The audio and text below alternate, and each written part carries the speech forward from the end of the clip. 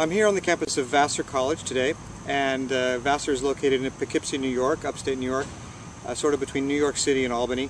And beautiful, absolutely gorgeous campus, and always fun to come learn more about a particular campus.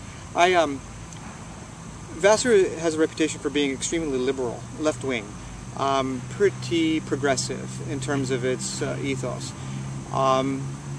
And I did ask the tour guide about that, and she said, yep, pretty much it is true to its reputation. But I'm always looking for independent indicators of that, that understanding. So we're in the dormitory taking a look around, and it's very beautiful. These really old stately buildings, it's gorgeous. And every parlor in the buildings has a Steinway piano. It's really attractive. And so we're talking, and parents are asking questions about dormitories. It's usually the parents that ask the questions, right? And they're asking, one of the questions that parents had, you know, is it co-ed by floor, co-ed by room, co-ed by hall? How does that work? And so the tour guide dutifully explained and went on about the living arrangements. There's one dorm that's all women. And then at the very end she said, and all the bathrooms are gender neutral. So let's move on to the next place. And the parents, of course, many of them, their eyes lit up.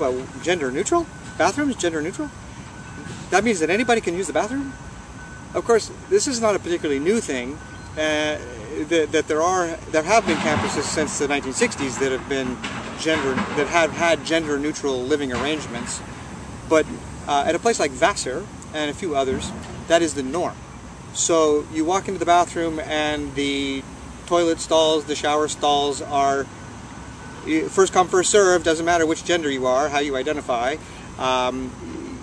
Everyone has equal access to those facilities. Now, if they're co-ed by floor, co-ed by hallway, there are some practicalities that would suggest that the majority of people using this particular bathroom are going to be men, and this one is going to be women. But there's no rule, right? There's no indication on the door that this is the men's room and this is the women's room. So that's just one indicator that Vassar, by its very, the heart of the place tends to be very tolerant, very progressive, and very sort of cutting edge, shall we say, about the ideas of gender and sexuality. It's just not an issue. They don't think of that as an issue. Of course, if you care about that and you don't want to be in a place where